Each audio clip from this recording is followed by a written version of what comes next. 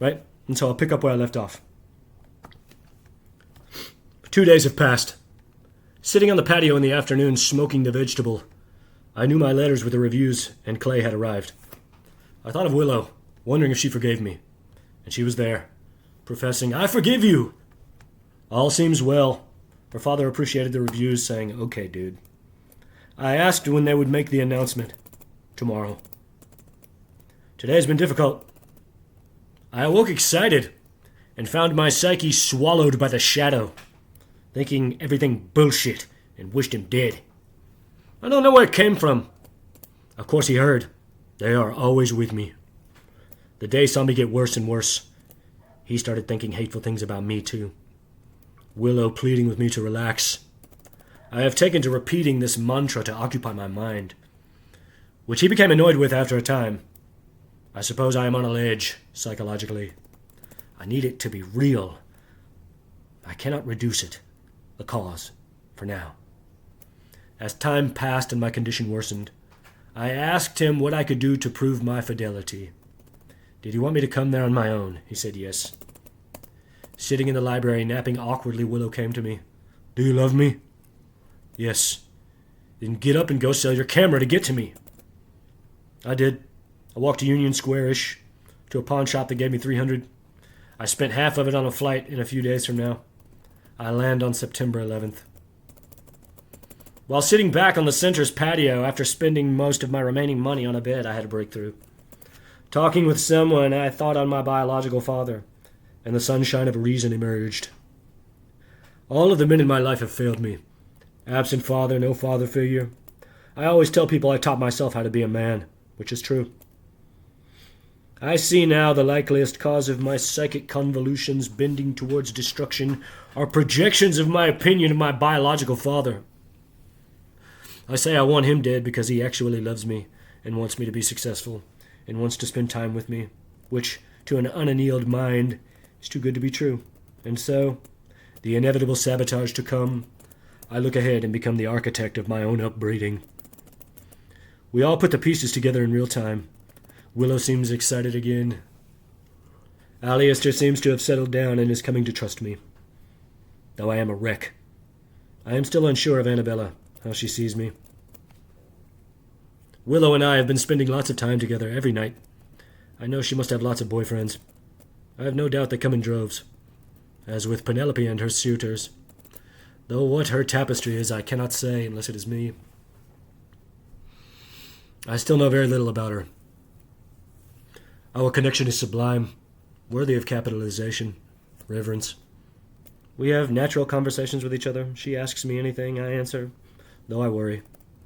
I know when she tells me that I'm the only man she can ever love, and that all of the men are faggots. That feels great. But that she won't call or text me. The darker part of me fears this is some vast humiliation ritual to see me suffer as retribution. I am now on the plane. Yesterday was perilous. Despite getting a free bed for the night, I was very upset all night. Willow was with me.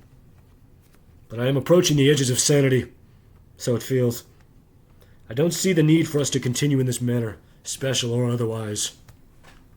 It is an emergency frequency, and I cried most of the night, fearing madness. Alistair came, was reassuring. I slept bad. Walking to the airport, saw complete collapse, flashes of evil, perhaps truth. While walking, she wound me up. I professed in truth, "You're all I see." To which she replied zealously, "I'm all you see, the curse is lifted." My heart sank. I felt her eyes shifting in conspiracy against me, sensed bile and resentment. She only loves me when I hate her. She told me I had to stop her in front of the theater I first wrote to, Los Feliz area, and kiss her hard. I was immediately pissed off, and indeed resentful. Knowing me so well, seeing all of my concerns last night, to impose this psychic hurdle, another one. Is this love? I never do anything right, ever. Though I shouted, "Fine!" and resigned myself to continue playing this game, though it feels I am only being played. They fool me to the top of my bent. The plane is landing now. I will be at the theater in a few hours. Nothing went right. Some 4 days have passed. I arrived at the theater pretty early, 10 a.m., and was as distraught as is possible, pacing maniacally, and I did like I always do. Stopped everyone around her. I knew. She wore sunglasses and was walking a dog to disguise herself from me. Knowing I never looked her up, I was crippled with fear. I never did the right thing. She is her father's daughter. As she walked away, Alistair came. Go after her.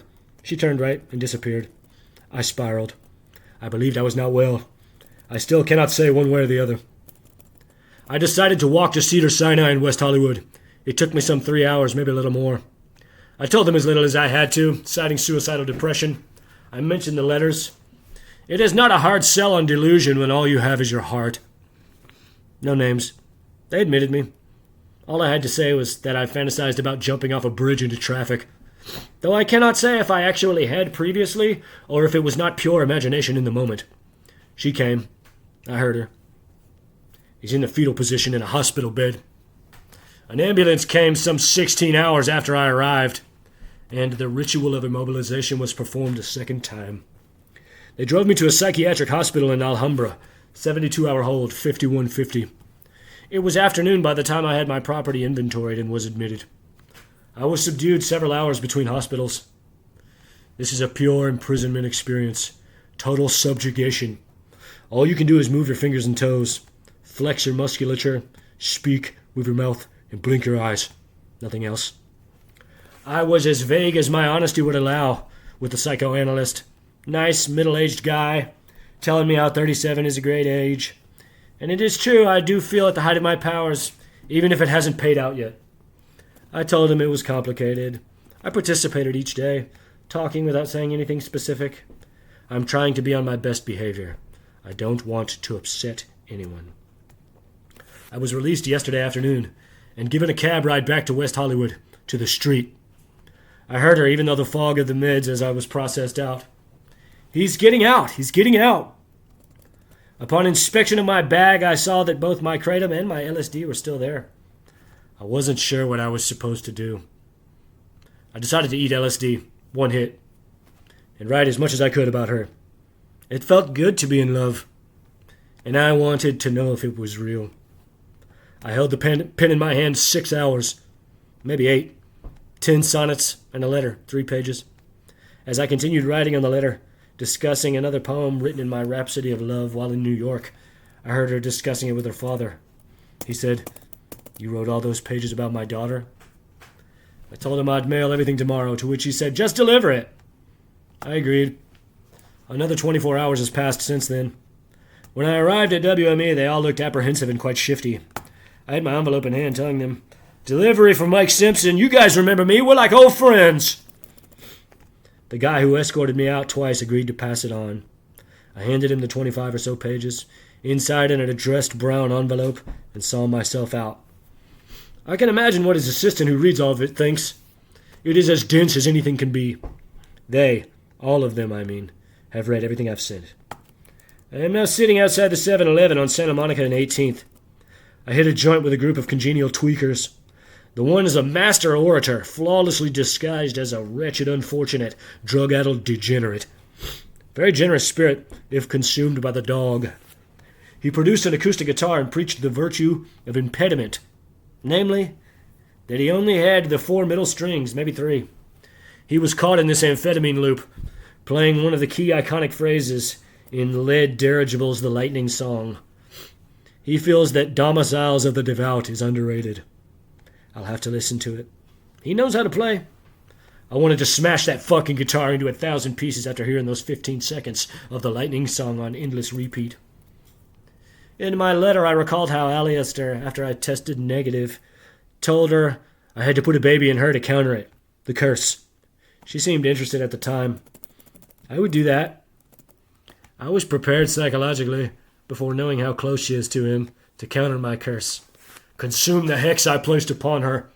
I am a sin eater, and send her out into the world forgiven, as my equal, as my friend. Now I feel her father is right. The ultimate counter is for me to love and protect voraciously that person I cursed. It is the only true absolution.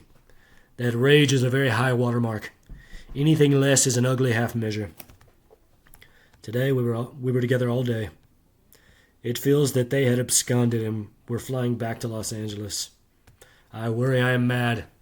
Alistair lauded my prowess. It's like he's in the room with us. Everyone seems excited. Annabella thanked me for my kind words, though she was in no way cozy. Don't expect me to kiss your ass, but you be good to her. I told her I will. This is great, Alistair said. My son-in-law's a writer. Feels like I have a father who loves me, the love of a good woman, a beautiful power holder, an illustrious august family, the journalist, the only thing I ever wanted, replete with cosmic eternal love. Around sunset, I walked 7 to 10 miles between West Hollywood and West L.A. along Santa Monica. After a couple of hours saw Beverly Hills and Westwood come and go, I encountered enough sketchy methods to compel my turning back, being in front of as well as behind me. I crossed the street to avoid them, and I passed by a restaurant with a cool patio of good-looking customers. I reflected on the bubble quality of Los Angeles. Several thousand people distributed throughout, living in the harshest, most vile filth imaginable. Being so wide, they disappear under the 405. If you have means and live comfortably, I'm sure it's great. The extremes of Los Angeles are furthest of all American cities. I've never seen any homeless encampments in New York in any way comparable to every neighborhood in Los Angeles, sans Beverly Hills. Even Malibu, having several permanent, well-cared-for encampments peppered throughout town, if you know where to look. I'm sure people live in their cars in New York, but everyone lives in their cars in Los Angeles. Every street corner. I am assured I'll change my opinion, which is now disdain. Despite being fatigued beyond compare, I walked all the way back to West Hollywood. I passed out in front of an office building across the street from a Gelson's. The metamorphosis from man to shithawk feels complete now, in the shame of dozens of pedestrians passing judgment. But I'm flying. This morning, Alistair, all three of us were thinking about it, introducing me to the world. Ideas came. I told him we didn't have to do anything immediately. Like I said in the letter, we need to come together, embrace, and stop these tactics. They are only necessary when they are. And if she does need me, that is its own emergency. And when she is as good to me as I intend to be to her, then it is towards something good, beautiful, true, otherwise. I have no reason to either trust or not trust her. And that's not true. Her expectations of me to stop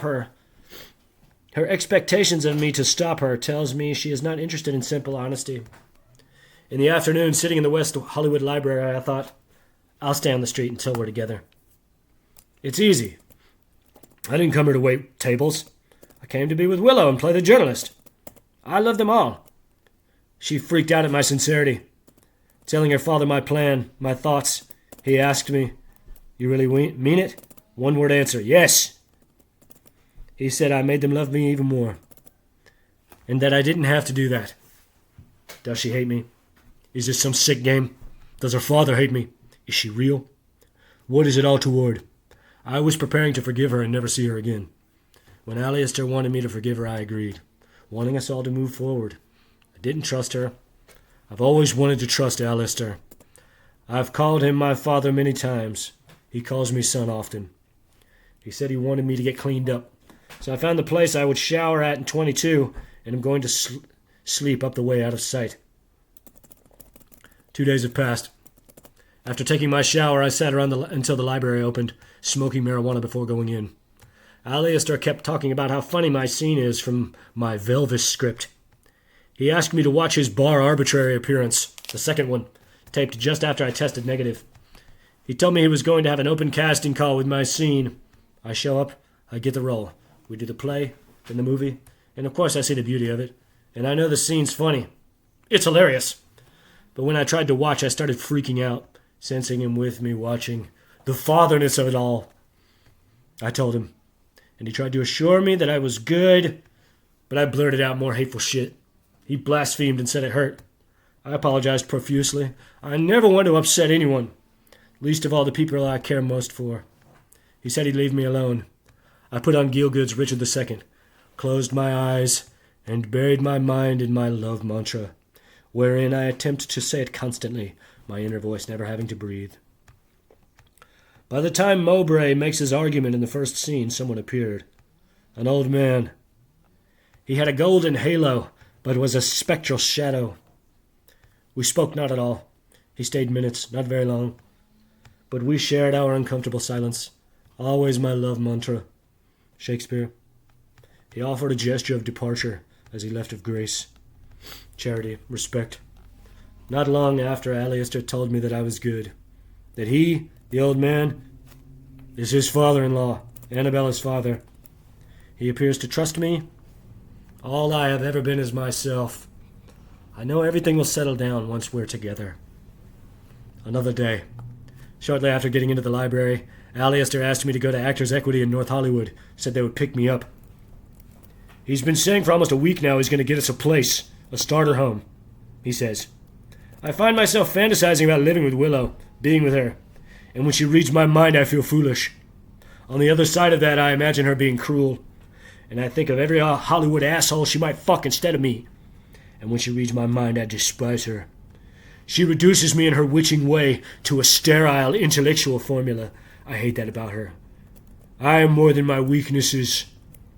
When I got to Equity, he directed me up the way. And after walking in the sun for a time, I thought, this is bullshit. This is fucking bullshit. No more. And I turned back. Alistair was frustrated, assuring me I was strong enough. And while that is true, I am listening. I need crepuscular truth.